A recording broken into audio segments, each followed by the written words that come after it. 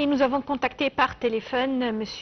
Jean Messiha, expert en économie, afin de parler de ce partenariat économique stratégique entre l'Égypte et le géant chinois et comment l'Égypte préfère que ce partenariat ne soit pas uniquement bilatéral, mais également qui s'étend pour profiter aux pays africains.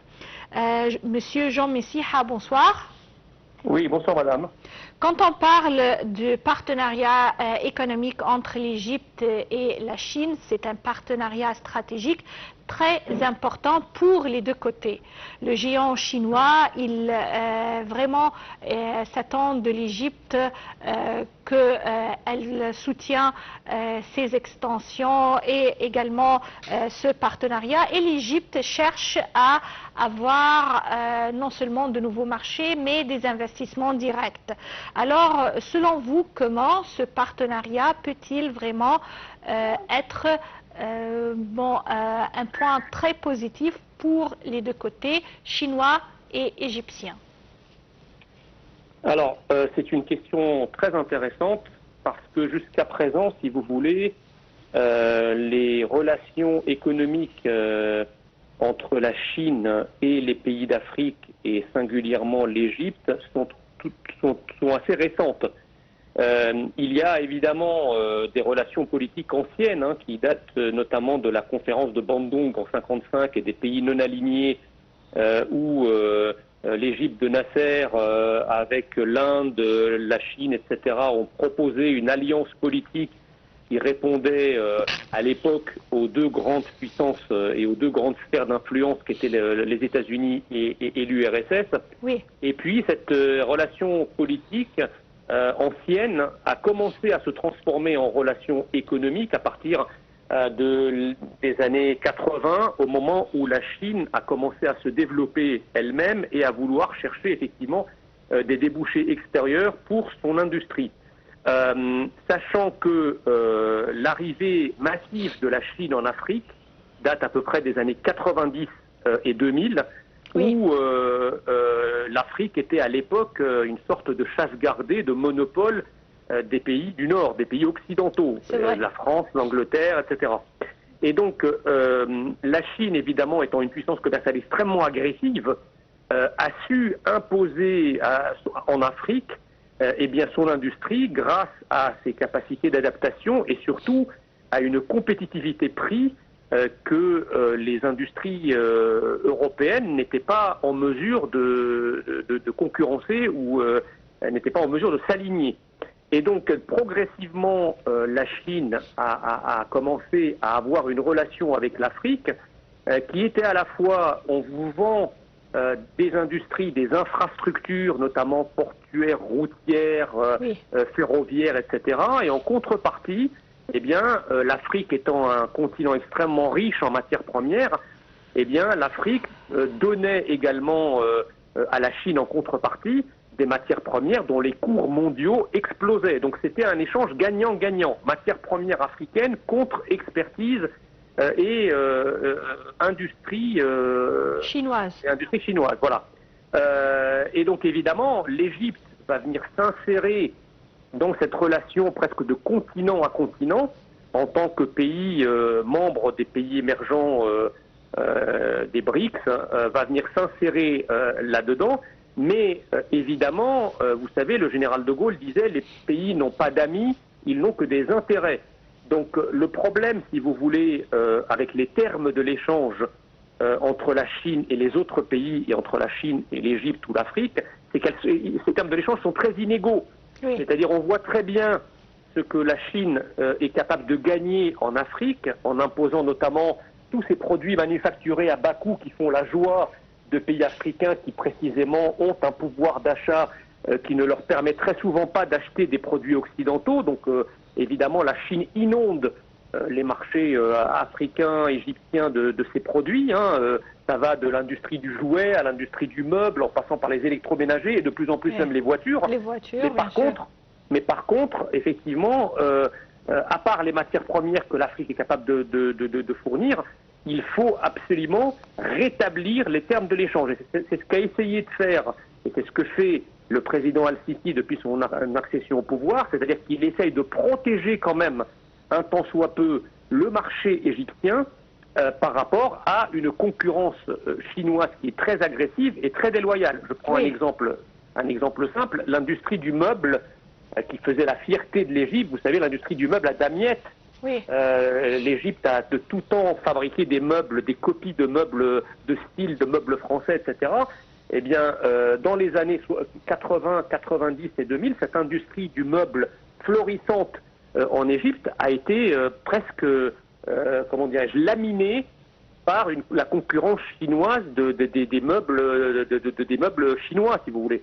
Et donc là, depuis l'accession au pouvoir du président Al-Sisi, on essaye de protéger l'économie égyptienne, on essaye de protéger les industries égyptiennes, avec notamment des barrières douanières, des barrières protectionnistes, pour faire en sorte de rééquilibrer les termes de l'échange. C'est-à-dire que si l'Égypte constitue un marché pour les produits chinois, eh bien il faut non seulement que ces produits chinois ne détruisent pas l'industrie égyptienne, mais qui plus est, que les Chinois, eux aussi, puissent ouvrir leur marché aux produits égyptiens. Donc c'est un dialogue politique qui est en cours et je crois que ce genre d'initiative et de forum est très important pour discuter du rétablissement des termes de l'échange entre les deux pays. Oui, Monsieur Jean Messiha, vous avez évoqué un point très important, c'est que l'Égypte et l'Afrique resteront un très grand marché de consommation, un très grand marché ouvert pour tous les produits chinois, d'accord? Mais on attend également de la part de la Chine que ce géant économique ne soit pas comme les grandes puissances occidentales qui arrêtent le transfert d'expertise, de la nouvelle technologie, l'implantation de cette nouvelle technologie, les centres de formation sophistiqués, ils arrêtent ce genre de formation et d'expertise d'être plantés au sein du continent africain. On attend que la Chine, puisqu'il y avait des déclarations de la part des responsables chinois, qu'on n'est pas une force bande d'occupation impériale et tout, alors on attend que la Chine nous fournisse cette nouvelle technologie, cette expertise et forme la main-d'œuvre africaine et égyptienne. Est-ce que ces objectifs sont réels, peuvent être réalisés sur le terrain? Écoutez, vous posez là une question à la fois fondamentale et très intéressante. Évidemment que, vous savez, quand la Chine s'est développée au cours des années 80 et 90 grâce au transfert de savoir-faire des pays occidentaux vers la Chine. Donc effectivement, les délocalisations des industries des pays occidentaux vers la Chine se sont traduites par l'émergence de pôles de compétences chinois, d'accord, puisque le transfert de savoir-faire fait que maintenant les Chinois savent même fabriquer des avions, alors qu'il y a encore 20 ou 30 ans, les Chinois en étaient incapables. Pourquoi? Parce que Airbus, Boeing, etc. ont des industries et ont des usines de fabrication en Chine, et à travers ces usines, il y a un transfert non seulement de technologie, mais un transfert de savoir-faire à travers la formation. Mais comment les Chinois ont-ils obtenu cela?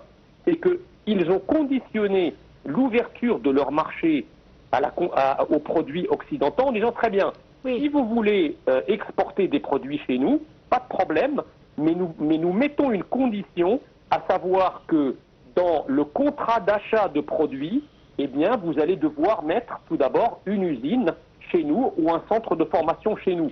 Et donc, du coup, les Occidentaux, voulant quand même, comment dirais-je, garder l'ouverture du marché chinois pour leurs produits, eh bien, ont accepté à la fois donc de continuer à vendre leurs produits, mais à la condition de transférer petit à petit de la technologie et du savoir-faire. Eh bien, il faut exactement faire, pour les Africains et pour les Égyptiens, il faut faire exactement comme ce qu'ont fait les Chinois avec les Occidentaux. C'est-à-dire leur dire, nous sommes effectivement un continent avec une très large capacité de pouvoir d'achat parce que nous avons des centaines de millions de consommateurs. Nous avons un sous-sol extrêmement riche. Nous acceptons d'importer des produits chinois et d'ouvrir nos pays et nos marchés aux produits chinois, mais nous conditionnons l'ouverture du marché africain et du marché égyptien à l'implantation par les Chinois de centres de formation et avec des clauses dans les contrats commerciaux de transfert de technologie. Il faut en fait s'inspirer de ce qu'a fait la Chine il y a 30 ans avec l'Occident. Il faut que l'Afrique fasse la même chose avec la Chine aujourd'hui. Monsieur Jean Messiha, je vous remercie infiniment pour ces explications. Et juste une petite pause et on enchaîne avec la suite de notre programme pour aujourd'hui.